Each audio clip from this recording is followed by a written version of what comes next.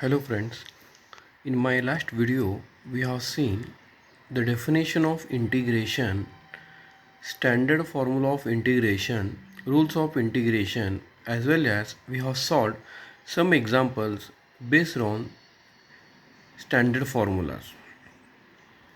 So in this video we are going to discuss integration by parts method.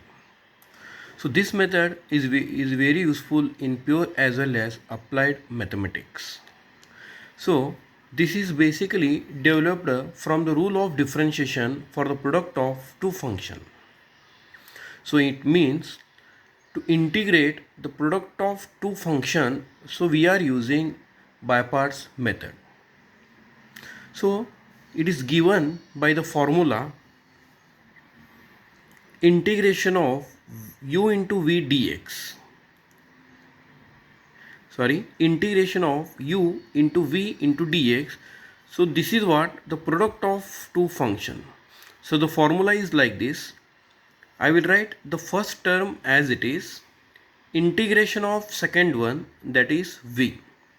In formula we have minus sign, integration, again integration of v into dx, and derivative of the first term, that is u, into dx. Here u indicates the differentiable part and v indicates the integrable part. In case of integration, while applying the by parts rule, first we have to arrange the terms according to LIATE rule. So the first term here, L indicates logarithmic function, I indicates inverse function, A indicates algebraic function, T indicates the trigonometry function, and E indicates the exponential function. As per this rule, we have to arrange the term, then we have to integrate the given function. So we have to remember here, the rule is not applicable for these functions like logarithmic function and inverse trigonometric function. For this type of function, the late rule is not applicable. Now we will take one example. The question is here, evaluate integration of sin x into sin x dx. So this example involves the product of two functions. The first function is algebraic and the second function is trigonometric.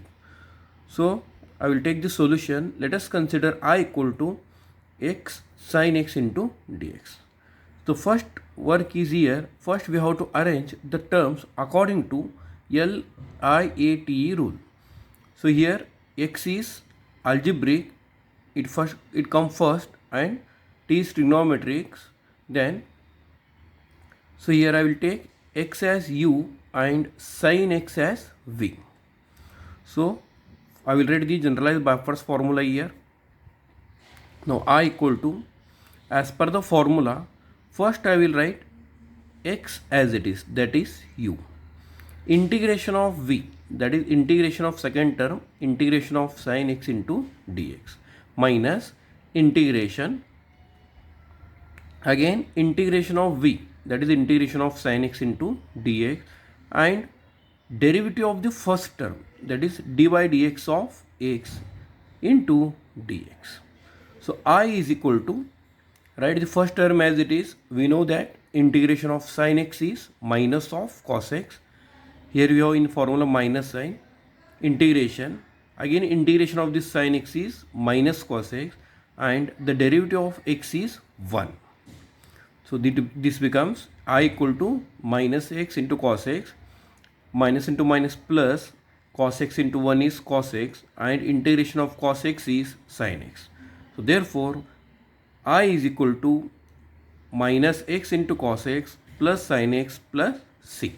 This is the required solution of the integration of x into sin x. Now we will take one more example, that is evaluate integration of log x into dx. So let us consider I equal to integration of log x into dx.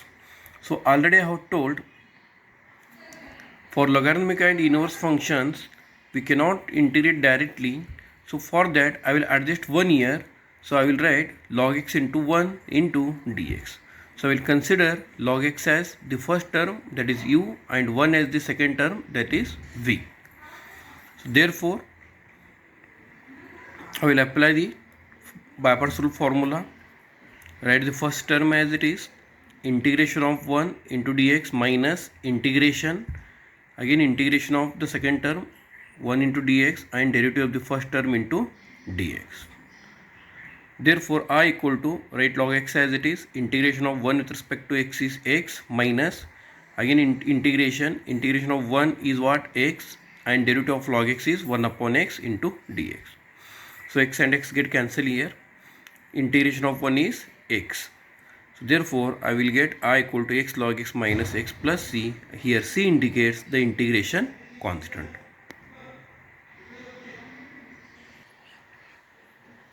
Let us consider one more example. Evaluate integration sine inverse of x into dx. Let I equal to integration of sine inverse x into dx. So again this is inverse trigonometry function. I will adjust 1 here. So I will write sine inverse x as sine inverse x into 1. So I will take this one as the first term and 1 as the second term, that is u and v. So I will apply here Bypass formula.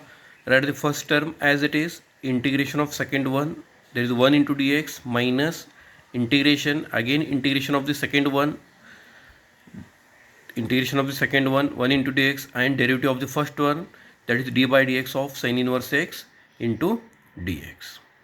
So I equal to sine inverse x, right as it is. We know that integration of 1 is with respect to x is x minus integration of 1 is x into derivative of sine inverse of x is 1 upon under square root 1 minus x square into dx. So to solve this integration I am using here substitution method. So first I will call this one as some equation number 1. I will consider this part separately and I will simplify this one. Later I will put the value of this integration in equation number 1. Let us consider this one as I dash. So I will substitution 1 minus x square equal to t. So derivative of 1 minus x square is minus 2x into dx and the derivative of t is dt. So x into dx becomes minus dt upon 2. So therefore this integral becomes 1 upon, so I have taken here 1 minus x square as t. So 1 upon root t into the value of x into dx is minus dt upon 2. So therefore I dash equal to minus 1 upon 2. So I will take this root t to numerator to integrate with respect to t. So integration of this one becomes t to the power minus 1 upon 2 upon 1 upon 2. Here I am not writing the integration constant. So at the end I will write the integration constant. So I dash becomes minus of root t. So I dash equal to the value of t I have taken as 1 minus x square. Therefore I will get I dash equal to minus square root of 1 minus x square. So therefore equation number 1 becomes x sine inverse of x minus of square root of 1 minus x square plus c. So after simplification I will get I as x sine inverse x plus square root of 1 minus x square plus c. We will take one more example. Evaluate x square into e to the power of x into dx. So let us consider I is equal to integration x square into e to the power of x into dx. Again I will arrange as per the LIT rule. So here u becomes x square and v becomes e to the power of x. So now I will apply Bypass rule here. So I will write x square as it is, integration of second term, that is e to the power of x, minus integration of second term e to the power of x into dx and the derivative of the first term, that is x square into dx. So I equal to, write here x square as it is, integration of e raised to x is e raised to x minus integration of e raised to x is e raised to x and the derivative of x square is 2x into dx. So I becomes x square into e to the power of x minus, here 2 is constant, I will take outside the integral sign. So the remaining is here x into e to the power of x. So again this is the product of two function, that is x into e to the power of x. Again I will apply by parts rule for this integration. So I equal to x square into e to the power of x, I will write as it is, minus write 2 as it is into bracket. So I will integrate this one by using by parts rule. After integration I will get here I equal to x square e to the power of x minus 2x into e to the power of x plus 2 e to the power of x plus c. Now we will discuss the generalized by parts rule. So by using this formula we can solve the linear example, or we can say if the power of x is more than 1, so it is difficult to solve by using the regular by parts rule. In such case we are using generalized by parts rule. So the rule is like this here, integration of u into v dx, which is equal to, write the first term u as it is, integration of this v is v1. In formula we have minus sign, derivative of the u is u dash and integration of v1 is v2 plus derivative of the u dash is u double dash and integration of v2 is v3. In formula minus derivative of the u double dash is u triple dash and integration of v3 is v4 plus minus. Here we are coming across alternate positive and negative sign. So again here the first term u indicates the differentiable part and the second term v is integrable part. And in this method also I am using LIATE rule. So to apply this rule one should remember the first term should be algebraic function, then only we can apply generalized by parts rule. Now we will take one example. Evaluate integration x cube e raised to x into dx. So already we have solved x square into e raised to x into dx. I have told as earlier, if the power of x is more, it is difficult to solve the example by using by parts rule. So here I am applying generalized by parts rule. So let us consider I equal to x cube into e to the power of x into dx. First I will arrange as per the LIATE rule. So x cube becomes u and e to the power of x becomes v. Now I will apply here generalized by parts rule. So as per the rule, write the first term u as it is, that is x cube, integration of v, e to the power of integration of e to the power of x is e raised to x. So this becomes v1. In formula we have minus sign, minus derivative of u, that is x cube, becomes 3x square, that is u dash, and integration of e raised to x, that is v1, becomes v2, that is e raised to x. In formula we have plus sign, derivative of u dash is u double dash, that is derivative of 3x square is 6 into x. Integration of v2 is v3, that is integration of e raised to x is e raised to x again. In formula we have minus sign, derivative of u double dash is u triple dash, that is derivative of 6 into x is 6. Integration of v3 is v4, that is integration of e raised to x is e raised to x, minus derivative of u triple dash is u derivative of fourth derivative of u, that is if I take derivative of 6 that is 0.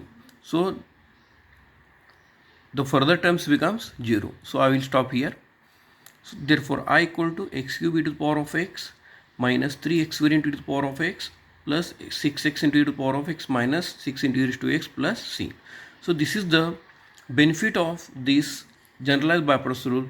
So easily I can write the answer in one step. Otherwise it would have taken more than 10 steps to solve this example.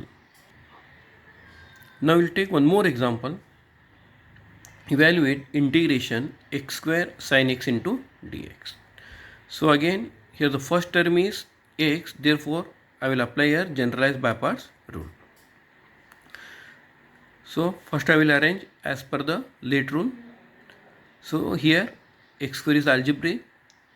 I will take that one as u, and t is trigonometry, that is sin x as v. Now I will apply generalized by parts rule. Therefore I equal to, write the first term as it is, that is u, integration of v, that is v1, integration of sin x is minus cos x. In formula we have minus sign, minus derivative of u is u dash, that is derivative of x square is minus of 2 into x. Derivative of integration of v1 is v2, that is integration of minus cos x is, I will write minus as it is, cos x integration is sin x, plus derivative of u dash is u double dash, that is u double dash, that is derivative of 2x is 2. Integration of v2 is v3, that is minus, I will carry as it is, integration of sin x is again minus sin x, it become minus into minus, sorry, minus cos x, minus into minus it becomes plus cos x, and integration constant c. Therefore I equal to minus x square into cos x plus 2x into sin x plus 2 cos x plus c, where c is what? Integration constant. So in this video we have studied by parts rule, that is to find the integration of product of two functions, as well as we have seen the generalized by parts rule if the power of x is more than 1. Thank you.